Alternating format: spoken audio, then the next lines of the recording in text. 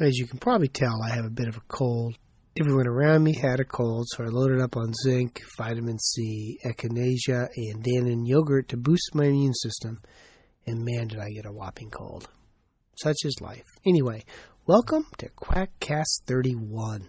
This Quackcast is, I'm sure aware, a skeptical and sarcastic evaluation of quacks, frauds, and got it wrong again. I mean supplements, alternative, and complementary medicine, or scams. This podcast is being done in April 2009. It's going to cover the greening of alternative medicines.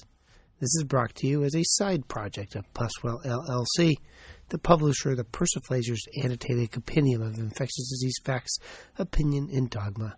Your Uber hyperlinked electronic guide to infectious diseases available at pusware.com, where you will find more Mark Crislip. You will find my infectious disease guide, the Persiflager's Puscasts, a bi-weekly review of infectious diseases with CME, I might add, as well as Rubor, Dolor, Calor, Tumor, my blog on infectious diseases. Now, as Thomas Jefferson said in a different context, ridicule is the only weapon that can be used against unintelligible proposition. Ideas must be distinct before reason can act upon them. So this will have some evidence-based ridicule. References are available on the website, quackcast.com, as well as podcasts in the MP3 format, in the M4A format, but not the LSMFT format. So on to the meat of the matter, or for your vegans out there, on to the legumes of the matter. No good deed ever goes unpunished. The website, whatstheharm.net, is a depressing recitation of the harm that humans do to themselves and others from participating in various forms of nonsense in an attempt to do good for themselves and others. It backfires, and instead of health and happiness, pain and death result. What's the Harm is the woo equivalent of the Darwin Awards. Now, I would bet that most practitioners of medical woo are true believers. They do not intend to harm people, and they believe they are doing good for their patients. Certainly the consumers of alternative therapies intend to have good outcomes and benefits from their use of alternative healthcare. Most do not intend to hurt themselves, or certainly not hurt other people. Unfortunately, the most evil is often done by them what think they are doing the most good. W, as best as I can tell, never thought he was doing bad things. But you know the old saying, the road to a trashed economy and an endless war is paved with good intentions, or something like that. So let's take a walk down that pyrite brick road and see what variations of hell we can find. Unfortunately, actions always have unintended consequences. It is true in medicine, and it is true in woo. Boy, I do like to rhyme. I need to be a rapper someday. Anyway, sometimes the harm is directly to the patient. Sometimes the harm is indirect, with collateral damage to people, as we will see later. Or, in the first part of this podcast, there is damage to the environment. My hospitals have an extensive recycling program to handle the huge amounts of waste generated by the need to maximally wrap all manner of material to ensure their sterility. That's the material, not the patients. Patients in isolation consume large amounts of paper and plastic to help keep infection confined. My hospitals actively look for ways to decrease their environmental impact and carbon footprint and still deliver high-quality medical care. Legacy Health System, where I work, is a leader in recycling medical waste, which is a lot more difficult to dispose of than pop cans and paper bags in your house. Hopefully the trash in your house is not covered with pus, blood, and other potentially hazardous medical waste, unless, of course, it's the Hannibal Lecter household that is listening to this podcast, in which case might I suggest, put the fava beans in one container, the liver in another. In the Pacific Northwest, we try to be good global citizens. But I wonder if some branches of the alternative medical industrial complex are so environmentally conscious. Natural products are at great risk for being adversely affected by increased demand for their use. If tens of millions of people want a natural product that has a limited supply, soon that product will be exhausted and then the product extinct. Adverse effects from alternative therapies can come in many forms, and the alternative practice with the greatest adverse impact on the environment is, I would wager, traditional Chinese medicine, occasionally referred to in this podcast as TCM, which really should stand for Transcend Chinese Medicine. By the way, do you know when the Maharishi went to the dentist, he refused Novocaine? Because he wanted to transcend dental medication. Thank you. I'll be here all week. Now, billions of people use TCM, and they demand the real thing, the natural product. Not Coke, but traditional herbal and animal products. And if you have 1 billion or more people wanting these traditional herbal or animal products, it is going to have a detrimental effect on the herb or animal being consumed. I'm going to pronounce it herb during this podcast for our British listeners. In America, we tend to pronounce it herb. There are unfortunately numerous examples of the adverse effect of traditional Chinese medicine on the environment. And we will start, as we should, with the rhinoceros. For years, rhinoceroses were not hunted for food or for sport, but for the horn. There is a form of magical thinking that derives function from the structure of some natural product. If an animal part resembles an animal body part, it must have therapeutic effects upon that human body part. Why the pharmaceutical companies don't take advantage of this widespread belief, I am not certain. They could probably increase sales if they made their cardiac medications look like a little heart, and asthma medication look like a little lung, Viagra look like, well, you get the idea. And this brings us as the master of the segue to the rhino horn. It looks like a penis, I guess. I must have not been paying close attention in my urology rotation to normal variation. But since it looks like a penis, the rhino horn is ground up to treat impotence. For centuries it was the insight of the world. But the rhino horn is more than an aphrodisiac. Practitioners of TCM are not stupid. Oh no. For although the rhino horn is no more than a fingernail with some extra calcium and phosphorus, the horn has been used in Chinese medicine to treat damn near anything. Now, I will note here that trying to determine what a given Chinese preparation is really used for is an exercise in frustration. And, as best I can determine, there are as many uses for each TCM preparation as there are practitioners of TCM. I quote here from a Chinese medicine book, quote, "It, rhino horn, should not be taken by pregnant women. It will kill the fetus. As an antidote to poison, in Europe, who are just as stupid as the Chinese, it was said to fall to pieces if poison were poured into it, to cure devil possession and to keep away all evil spirits and miasmas, for jasmine poisoning and snake poisoning, to remove hallucinations and bewitching nightmares. Continuous administration lightens the body and makes one very robust. For typhoid, for headache, and feverish colds, an oxymoron. For carbuncles and boils full of pus, as opposed to the boils with no pus. For intermittent fevers with delirium, to expel fear and anxiety, to calm the liver, I prefer beer, and clear the vision. It is a sedative to the viscera, a tonic, it's a sedative and a tonic, mind you, and an antipyretic. It dissolves phlegm, which is a problem in my house with a big phlegm buildup. It is an antidote to the evil miasma of hill streams, for infantile convulsions and dysentery. Ashed and taken with water to treat violent vomiting, food poisoning, and overdosage of poisonous drugs. For arthritis, or as they pronounce it in the ads, arthritis, melancholia, loss of voice. Ground up into a paste with water, it is given for hematemesis, epistaxis, rectal bleeding, heavy smallpox, etc." End quote. I like that etc. at the end. And I thought bear aspirin was the wonder drug that worked wonders. With all the alleged benefits of consuming rhino horn, all with no biologic plausibility whatsoever, it is no wonder that despite the advent of Viagra and its cousin, the rhino is still being hunted for its horn. A century ago, there were 1 million black rhinos in Africa. Now there are 2,500 and the population is falling. A horn fetches $500 or more in a continent where the average farmer makes $1.50 a day. On the international market, a horn can get $10,000 for a kilogram, or maybe a kilogram. No wonder the rhino is hunted to near extinction. The fact that they have no medicinal benefit does not prevent the harvesting of the rhino. All species eventually become extinct, but to become extinct because of dumbass medical woo is particularly depressing. I can just see an interview at the beginning of the world with the rhino god. Parenthetical statement, read Neil Gaiman's The Nancy Brothers, in parenthetical statement. So tell me, why was your species relentlessly hunted to extinction? Answer, as an antidote to the evil miasma of hill streams. Now, rhinos are not the only animal disappearing due to the relentless harvesting of animal parts for worthless therapies.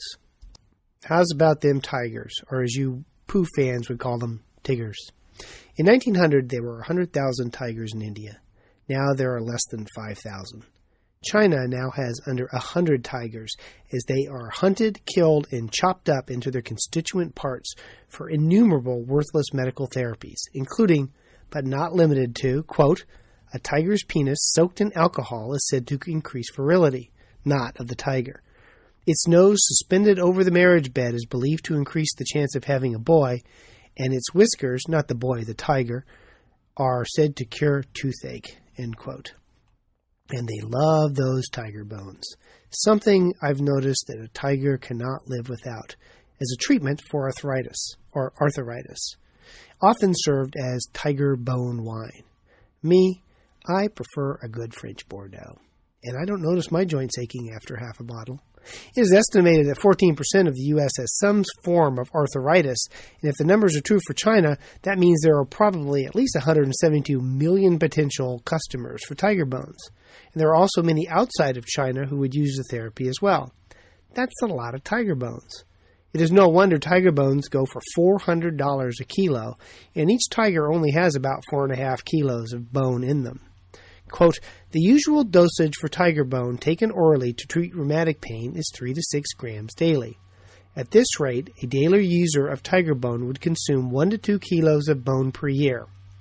Extrapolated further, the world's remaining tigers would provide, at most, a year's supply of, quote, medicine, unquote, to 125,800 daily users, the equivalent of far less than even 1% of China's human population. That would be about a third a tiger per person per year. And this is not a minor problem. Quote, more than 150,000 over-the-counter traditional Chinese medicines containing or purporting to contain tiger bone and parts from other critically endangered species are sold in the United States, end quote. Support traditional Chinese medicine, and you are indirectly supporting the extinction of rhinos. Carl Reiner. You know, he's now dead. That's rhinos, tigers, and bears. Oh my. Quote, in traditional clinical practice, bear bile was used for fever fighting, detoxification, inflammation, swelling, and pain reduction. It is also used in the cure of carbuncle of the heat type, percutaneous diseases, hemorrhoids, overabundance of liver fire, I have that problem, convulsion caused by the overabundance of heat, epilepsy, tic, and the redness of eyes due to liver heat, etc. End quote. Rather than hunt bears, farmers keep bears in cages with a catheter in their gallbladder where they drain the bile like sap from a maple tree. It is not a good life for the bear and often fatal. The Chinese and Vietnamese have hundreds of farms with thousands of bears. Now, there is an active ingredient in bear bile, urodeoxycholic acid, that dissolves gallstones. It can be and is synthesized for human use. Oddly enough, the natural product is considered superior to the synthesized molecule, and so the bear drainage continues, and the bear population in China continues to dwindle to supply bear for the farms. Now, I never thought I would ever agree with PETA on anything, but torturing bears for bile that does nothing or has a synthetic equivalent hardly seems like the ethical treatment of an animal. The Humane Society description of bear bile harvesting does not sound particularly pleasant for the bear, which has its bile milked without the benefit of anesthesia. Quote, An unsterile latex or stainless steel catheter is inserted through an external fistula directly into the gallbladder of each bear to drain the fluid daily, either by gravity into a tray or by suction with an unsterile syringe. This extraction method was called the free dripping fistula technique, which sounds like a form of kung fu, but isn't. The bear was then dried and manufactured as bear bile powder, bear bile extraction. The bears suffer extreme pain daily due to the extractions. Many die from infections, surprisingly gallbladder infections, and chronic infections caused by the foreign bodies and their open wounds, end quote. Besides bear farms, bears are illegally hunted for their gallbladders all over the world. If you're interested, the usual dose of bear bile is 0.25 to 2.5 grams taken as a pill or a powder. Given that the average bear can only make 20 to 40 milliliters a day of bile, it takes a lot of bears to provide the required bile. Prices vary, but bear bile can go for $1,000 for 250 cc's. In beer talk, that would be about half a pint. Quote, in 1970, 1 kilo of bear gallbladder cost around $200, but by 1990, the price had risen to $3,000 to $5,000 per kilogram. If you can get your bear bile certified, it can go for $30,000 to $50,000 a kilo, which seems excessive, but that's what I find on the interwebs. There's considerable financial incentive to hunt bears to extinction to provide worthless medications. Now, have you noticed all the forest fires the last few seasons? Have you seen any Smokey the Bear ads? No. Smokey and his gallbladder were used to treat an overabundance of liver fire, and the U.S. burns instead. Lest you think the Chinese are the only culture that uses nonsense to drive animals into extinction, remember the shark. 100 million sharks are killed every year. Some are killed as a byproduct of fishing, some for food, some for shark's fin soup, and some for medication. Now, somewhere along the line, it was mistakenly thought that sharks do not get cancer. They do get cancer. They even get cancer of the cartilage, albeit not very frequently. Just like humans, by the way. Cartilage cancer causes maybe 2,500 cases a year of cancer in the United States out of 1.4 million new cases a year of cancer. Given the rarity of human cartilage cancer, perhaps we should eat human cartilage. It's my understanding that Idi Amin never developed cancer. Now, the real proponent for this has been William Lane, FUD, who's been the motivating force behind the idea that shark cartilage can produce and treat cancer, publishing books on the topic and selling shark products. Again, there is no good reason to suggest that shark cartilage has any anti-tumor effects, although some data in the lab suggest it inhibits the formation of new blood vessels, which is needed to support tumor growth. However, clinical trials looking for efficacy of shark cartilage in the treatment of cancer have been negative. Shark cartilage has no effect against cancer. But the end result of all this nonsense has been to help push at least 126 shark species towards extinction. Now, if you do a Google search of the interwebs looking for shark cartilage, you find that many organic, natural online pharmacies sell shark cartilage.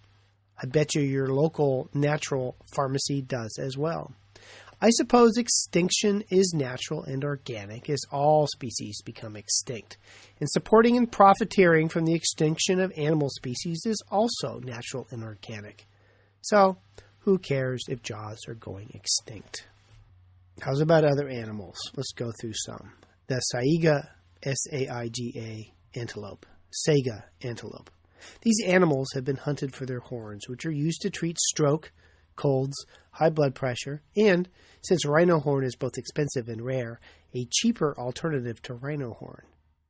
Because of the protection of the rhino combined with their tiny numbers, the practitioners of TCM have had to find other species to decimate for their useless medical therapies. As a result, the numbers of saigas have gone from 1 million to 300,000, taking all the game councils with them. It is the real reason you can no longer find and purchase a Sega Dreamcast. Turtles and tortoises. Half of the 90 turtle species in Southeast Asia are endangered due to the demand in China for turtle meat and traditional medicines. Quote, the World Conservation Fund has documented the rapid decline in the last few years of the Chinese three-striped box turtle, whose fat, used in soup and jelly, is believed to cure cancer. Only a few colonies of the once abundant turtle now survive in the wild. End quote. Yertle will soon be gone. Seahorses. There are approximately 90 health and medical products containing seahorses being sold in China and elsewhere. As is often the case, the seahorses are being used for, among other things, an aphrodisiac. It seems the bear is the only animal that's not used as an aphrodisiac. But I'll tell you, if your penis looks like a seahorse, you have more problems than eating this chicken of the sea will cure. To meet this demand, some 20 million seahorses are harvested each year. All die for no valid reasons, and seahorse stocks, like the Dow, are plummeting. Other animals that are consumed by traditional Chinese medicine include the slow loris, whose fur is believed to accelerate the healing of wounds. And get this, the extract from the eyeballs of the loris are turned into a love potion, the loris eyeball liquid. And with the loris gone, who will speak for the trees? You know, when you think about it, the lorax really was a piss-poor spokesman for the truffula trees, since they really were reduced to a single seed, which is not much breeding stock. Also, the civet cat is used for its anal scent gland to induce abortions, as well as to treat arthritis, stimulating blood flow, and again, increasing libido. Now, I don't know about you, but an anal scent gland is probably not the best aphrodisiac for me, but everyone has their own turn-ons. As well, the civet cat is a key component in the Honda Civic and is used to increase gas mileage as a fuel additive. And, you know, what's with all these animal parts being used as an aphrodisiac? Just what is wrong with the Chinese? Given the population of 1.3 billion people in the country, either they really do work or they have much less of a problem than they imagine. As mentioned above, it is not just the Chinese that use animal parts for medicinal purposes, but the effects are best documented due to the large population and economic clout that allows the trade in medical animal parts to flourish. India, Brazil, and Sudan are a few of the countries with documented use of local plants and animals for medicinal purposes that are leading to an adverse effect on the ecosystems. The only one that has good data, such as it is Brazil, sometimes pronounced Brazil, where about 30% of the species are under extinction risk, in part due to use for medications. The money is so good in the trade of animals for worthless medications that at one point the director of the Berlin Zoo was selling extra tigers to the Chinese for medicinal use. If only dogs and cats had a medicinal use. Sigh. But then, I can dream. Plants have it worse than animals, feeding the voracious appetite for TCM. Over 400 plants are at risk for extinction from medical use, as 5 billion people use plants as the basis of their medical care, not all of them in TCM. Examples include, but are obviously not limited to, the magnolia. Half of the world's magnolia species are under threat of extinction because it contains a chemical that's been used in traditional Chinese medicine to treat cancers and to slow down the onset of heart disease. Both processes with similar pathophysiology, and so similar treatment. Not. Manchurian ginseng. I can't remember what ginseng is commonly used for. It's on the tip of my tongue. Anyway, it's also used to treat cancer, COPD, diabetes, fatigue, increasing libido, not to treat increasing libido, but if your libido is down, to increase it. Ginseng has all but been eradicated in China and Korea. As a result, it is harvested in the U.S. and sent to China. Wild ginseng is thought to have better medicinal properties than farm-raised, so the harvest of wild ginseng continues in the U.S., threatening species here with extinction as well. The old natural fallacy at work. Natural is better than synthetic or farm-raised, to the detriment of natural plants and animal population. Licorice. I don't much care for licorice. I think licorice is nasty. And my brother always used to eat blackjack gum in the car and make me nauseous or nauseated or both or neither. Anyway, licorice root is an Asian plant species commonly used for pain relief and to treat cough, skin infections, and food and drug poisoning. Not, evidently, to increase libido, as who would want to kiss anybody whose breath smelled like licorice. Licorice is almost wiped out in China, largely thanks to the Chinese army, whose soldiers make pocket money digging up the plant while on duty in the country's northern border, which is caused by some the licorice zone. Due to excessive harvesting and habitat destruction, licorice root is now grown in less than half its previous area, reduced from 50,000 square miles to about 19,000 square miles. And this is just the tip of the iceberg, or maybe the iceberg lettuce. We do need a new metaphor for a warmer future, as 1,581 species of animals are used as medicinal resources, 1,306 terrestrial animals, and 275 marine animals, as well as 11,146 plants. One of the complaints about natural herbal medications is that there is uncertainty as to what the concentration of the active products, if any, are. It is argued that a superior way to treat the disease is to isolate the active ingredient and then synthesize it. Herbalists of all stripe reply that one needs the complex formulation of the natural product for efficacy. No natural herbal product I am aware of is superior to the synthesized pure product, and none of the synthesized product leads to plant or animal extinction. We are, according to some, in the beginning of a mass extinction of animal and plant species for a variety of reasons.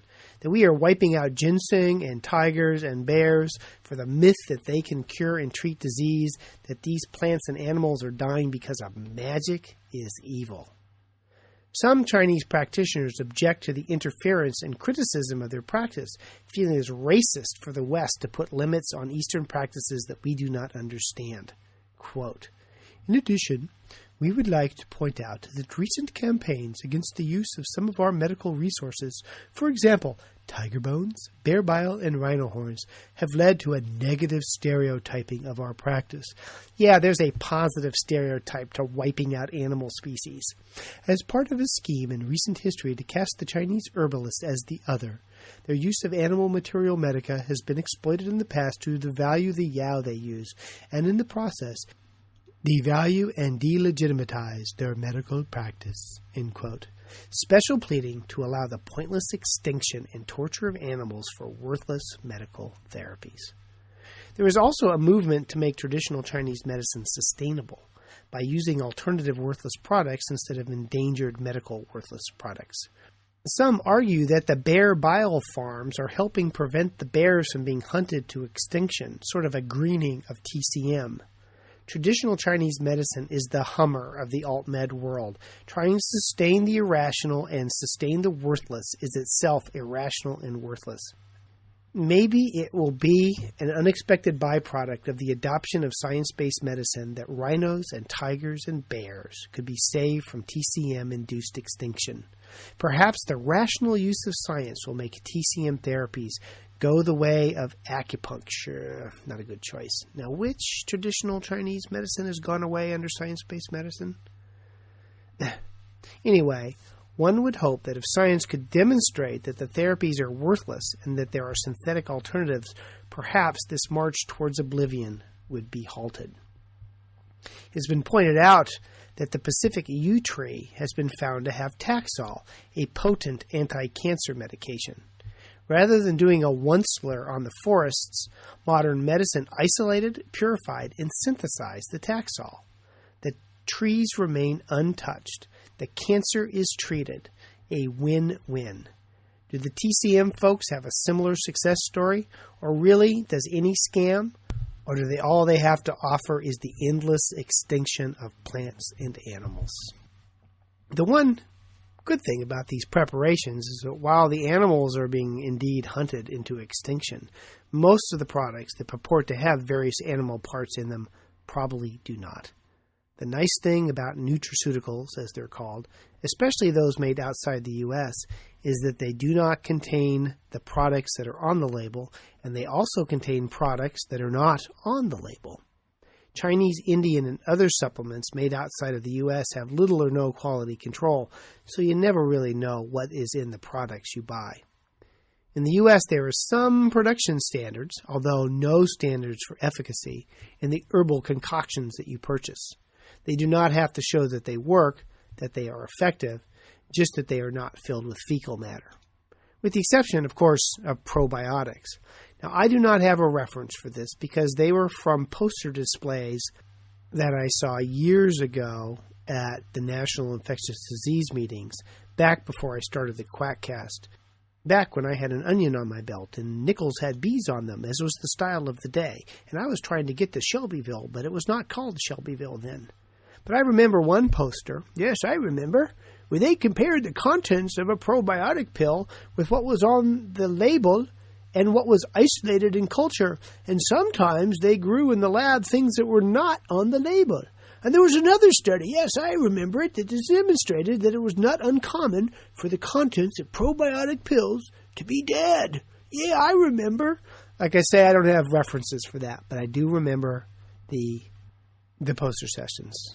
Now, the rest of what I'm going to say does have references to be found on the website. Now, Herbalife products, for example, have been contaminated with Bacillus subtilis, leading to liver failure. But this is no surprise given the vulnerability of our food supply for contamination. When tested, herbal products have been found to contain not only bacteria, but antibiotic-resistant bacteria. But that's nothing, because the magic of Chinese and Indian nutraceutical products often come from their contaminants and adulterants. We have just had this issue in the United States of all sorts of products from China being contaminated with melamine. There was a recent JAMA article that had a brouhaha when it was reported that 1/5, that's 1 out of 5, of both U.S. manufactured and Indian manufactured Ayurvedic medications purchased on the internet contained detectable lead, mercury, and arsenic. Hope they were not being used in lieu of vaccination to avoid autism. But the contamination of Chinese and other herbal product with all sorts of noxious materials is a long-standing issue. Heavy metal poisoning is as common in herbal preparations as a slacker teenager's record collection. These are the things that have been found in Chinese preparations. Lead, mercury, foreign matter, mycotoxins, pesticides, insecticides, arsenic, bacteria have been found whenever Chinese and Indian herbal products are evaluated. The levels are often greater than what is considered safe, and some, like arsenic and lead, have been associated with clinically relevant poisonings. South African nutraceutical products have been contaminated with uranium, which I only mentioned for the opportunity to mispronounce nuclear, whatever. The other issue is efficacy. Some people find that herbal preparations are effective. Do you know why? Because sometimes they put real drugs in herbal preparations. As an example, 22 dietary weight loss supplements were evaluated, and 11 samples were adulterated with weight loss drugs that I cannot pronounce. Other weight loss products are adulterated with thyroid, not mentioned on the label, which did lead to weight loss but also gave the patient thyrotoxicosis. Best of all, one weight loss nutraceutical product was contaminated with amphetamines, which showed up in a urine tox screen. Don't take these products if you are going to get on-the-job testing or participate in sports. There's meth in my urine. That's the Chinese herb. Yeah, the Chinese herb. That's the tickets. And some Chinese products have contained steroids. Now, Barry Bonds has always denied steroid use. Perhaps it was the Chinese herbal remedies. One study, quote, 90 representative samples randomly purchased in the form of pills, tablets, creams, and teas were screened by appropriate analytic techniques. 5 samples contained 9 different Western pharmaceuticals. 2 of the samples contained undeclared or mislabeled substances.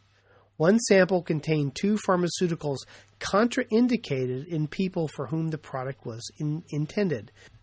Drugs identified include promethazine, chlormethazole, chlorpheniramine, diclofenac, that's a nonsteroidal, chlorodiazepoxide, I can't pronounce any of these, and I'm a doctor, hydrochlorothiazide, triamterene, and diphenhydramine, and sildenafil, aka Viagra.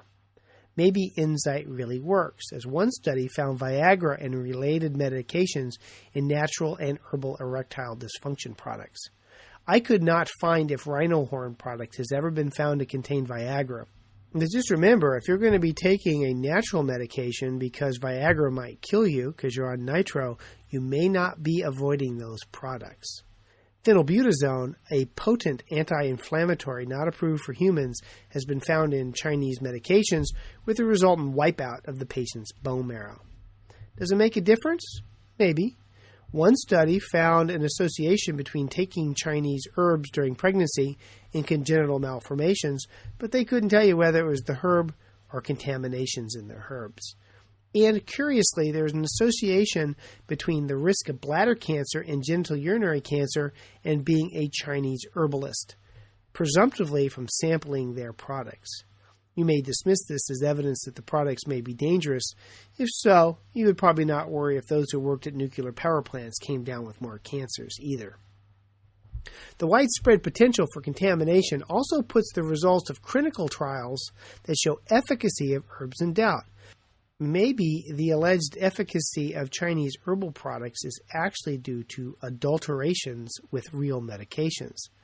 As a review in the American Journal of Medicine pointed out, it is rare for published trials on herbs or herbs to check out the purity of their products.